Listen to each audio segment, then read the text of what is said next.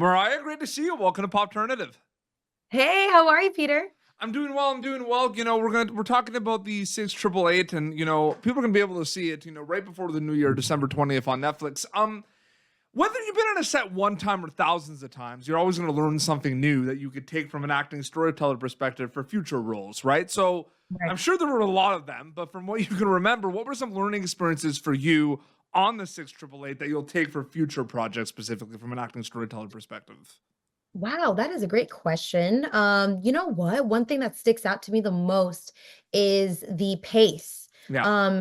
As so many people, I've heard so many stories about Tyler and how, like, his pace is very fast and it's very effective. And I was so nervous for that. But to be honest, it's like you kind of, when you're in those moments, you learn to acclimate. And I think that makes you a stronger actor. And I Yeah. think he just knows how to push you to just be the best version of yourself, and it just makes you kind of you prepare in a way that just makes you ready when they say let's go, let's say action, and then you do it and you're like surprised at yourself. So I think that's one thing I learned. And then another from Keri was just graciousness, giving yourself grace, being patient, and being slow to not really trying to overthink too much. Absolutely. That's what I learned. No, that's well said. It's interesting too because the scale of this is so big, right? There's some teasers that kind of people have seen, and people have seen some first look photos of this film.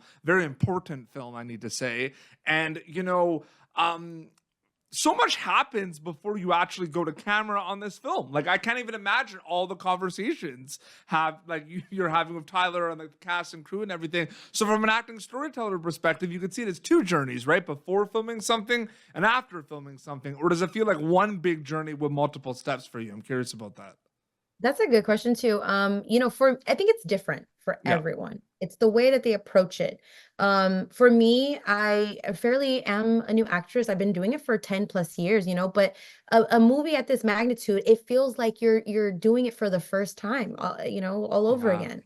So you want to take the right steps. You don't know which ones could be the right steps, but you just know that you're going along, and you're doing it as it happens. Like however you show up, of course you want to prepare for that, but you want to be in the moment. Yes. So I think for me, it was a journey the whole way through. Yeah. Even post after post, it's still a new learning journey every day. Yep. um, Especially because, like you said, it's such an important film, and you want to take care of it, you want to be responsible for it, and you want to say the right things, do the right things, and just take care of it. So I think for me, yeah, it was just a whole journey the whole way through. And thank God, I love ensemble cast, because I think that you work together as a team and you bounce ideas off of each other about everything, perspective. And man, I don't know what I would do without my ensemble cast.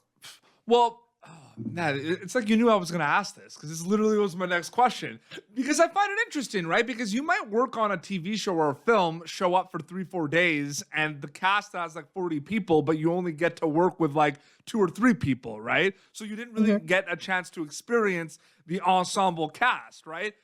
This is not the case. Like, you got to work with a lot of incredible storytellers on this. So like, what was that like? And what was that? You talked in the beginning of the interview about the pace. What was that pace like for a lot of those scenes? Like, actually like being with everyone. And like, I'm just curious about that specifically. It was quick. I mean, that's the thing. It's like when you have an ensemble cast, especially when you all are in the same scenes together, everybody has the line. So you guys, you gotta kind of be on the same chemistry note. You gotta be on the same page. But like that goes back to the actual story of the six Yes. triple eight women. I mean, I think that they all had to be on the same page. They were together on this tumultuous journey, to get, where they had to get. They were the first women ever recorded in history, women of color, to go overseas to serve for their Yep. country. So this was a story of women having to support and rely on each other. And so that goes back to like how I felt with the women and Mhm. my castmates in this ensemble cast. We kind of had to support each other, help each other understand our pace and understand the journey. I mean, we had to, film in London, we filmed in Atlanta, we were traveling together, we were learning choreography together, we were learning so many military moves. Like it was something that felt like you wanted to make sure that the next person was gonna be okay too, Mhm. and understand what it took to, be together on this journey. Well, it's interesting. This is more of kind of a statement rather than a question that I'd love you to kind of like, respond to specifically, because I feel like you'll agree with me, because this film is a really important thing. This film is a really important example of what I'm talking about right now. Is one of there's so much happening in storytelling right now.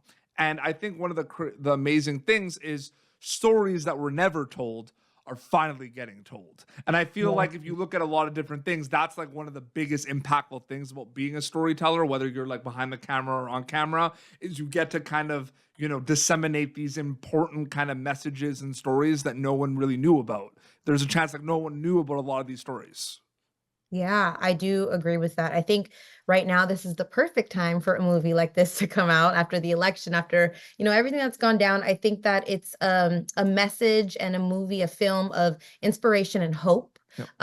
I think that this was an experience that women, I mean, it shows how far we've come, where we were, and where we still need to go, if that Yeah, makes sense. absolutely. So it's really it's a movie that I think is really going to change people's perspective on hope, because I know right now people are not feeling Mhm. hopeful that much. So I think this is literally a great moment for a story like this to be heard and to be talked about, Absolutely. because like December we 20th did on not. Net. December 20th on December Netflix. 20th How on long Netflix. was your like experience on this film? Because like it depends, right? Some people were most of the people that were part of the troop like were you all there the same days? Like I'm just curious. Yeah, we were Yeah. there all the same days. I feel like it took about 4 months. There was like maybe like 2, 3 weeks off, Yeah. maybe 2 times out of the 4 months, maybe 3 times out of the 4 months. But yeah, I mean, we went through the whole journey together, which made it, just that much more impactful. And we even had a Zoom session before everything with Lena Derricott. She's one of the, only last women of the 6 AAA. And Oprah was on the Zoom, Tyler. It was a beautiful Zoom that all of us women got to be a part of, all of my castmates got to be a part of, and it was emotional. So I think that really set the tone for us, to really understand how impactful and how important this film will No, be. absolutely. That was so well said. And last question, also before we wrap up, I found it interesting because we talked a little bit before. You have you said you've been doing this for about 10 years. You've worked on a lot of amazing projects. I feel like one of the coolest things, if you look at a lot of the projects you've worked on, Moriah, is, different worlds, but you've got to play different characters in all these different worlds and TV shows and films. And I think that's really cool. And I think that's just a credit to how good of a storyteller you are. I just want to say that. Of course, thank But I find it interesting, right? Because like how separate are past projects versus something like this? Like, do you bring mindsets, preparations, stuff from, Raising Dion or, like Power Ghost, like to something like these 6 888, or are they completely separate once you wrap them? Because it's like mindsets, preparations, maybe, but like, are they completely separate once you wrap them, or do you bring things from past projects? Yeah, that's a good question too. I think that you can definitely bring things from past projects. I feel though that this is the first real time period piece I've ever done, and it's a Yeah. real story. So I think you want to protect that. I don't think you want to touch that. I don't think you really want to try to put anything on top of it. I think you want to Hmm. strip it down, really understand, where this woman was coming from. Inez is the character I play, which I'm so proud to play. She was one of the only ones from California. So when I already got to connect to her from that. Her background was, in the garment district, which is today called the fashion district.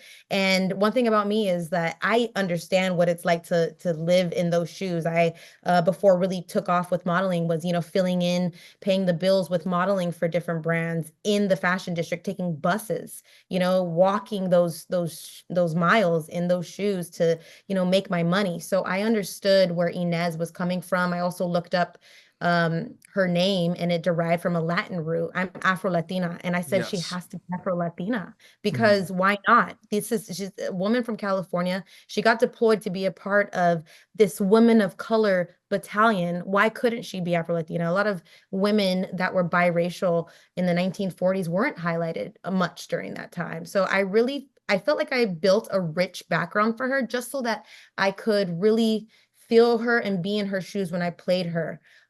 She sacrifices a lot. She's a badass. She puts her life down on the line, you know, to drive the military trucks back and forth from the headquarters to these warehouses that are filled with mail and packages that are to the brim, you know, with rat infestation and mold. And I think that, you know, she really was a badass, and it was so fun to play her. And I think that I had to strip her down, create a background for her, and that was my approach to it. No, so well said, and congratulations. And December 20th, it's gonna be on Netflix, the 688. People are gonna be able to check that out. Moriah, so great chatting with you. Thanks so much for your time. You too. I love all your questions, Peter. I love your energy. Keep it up, and I'm sure we will speak again soon. Absolutely. Your Instagram account is just your name if people want to keep up to date with everything, right? Yes, if you guys want to follow me, it's Moriah, MORIAH_Brown. For TikTok, it's Moriah, same way, 8, number 8 after that. Okay. And I actually thought of something because we were talking about the modeling. I lied. I said last question. I thought of something because I'm really interested in those. Super quick bonus question, very quickly. Do you feel like there's this ping pong match and kind of like tug of war of like, you know, people that model that also like act and do music, or people that do music or act that also go and do model? Like, what do you think about that? Because I find that interesting, the different paths, right? ooh, you know what? It's to each their own. To each Like their I own, feel yeah. like, yeah, because I feel like even today, like I would love to model again. It's so much fun for me. I think that you get to be artistic and you get to also use acting when you're modeling. But for me, at that time, it was crucial. It was survival. And Yes, for I sure. think that that is what kept me going and able to, you know, do what I'm doing now. For sure. So I was just always wondering because there's always, you know, people that have modeled, they also act, they also do music. And I always think which one came first. And I feel like it really depends on the journey, to be honest with you. it's an artistic, I mean, like if you're an artist, you can do so many things. That's sometimes a curse and the beauty of it all. Yeah. It's like you can do so much, but sometimes you do have to focus on one thing, manifest that, but in the middle of it all, like know how to survive and balance. So, Yeah. you know, I think if your heart is in the right place and Mhm. and the universe sees that, they're always going to help you. You know, God will help you balance it all. So just be you, do what you love, and that will lead you into the right direction. I had to sneak in that bonus question because I was just like, you had a great answer. I was like, I need to ask that. But thank you again so much for your time. It was so great chatting with you.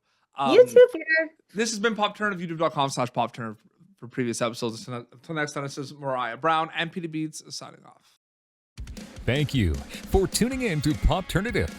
Make sure to check out our past episodes of Popternative on YouTube. This has been an Autograph Communications production.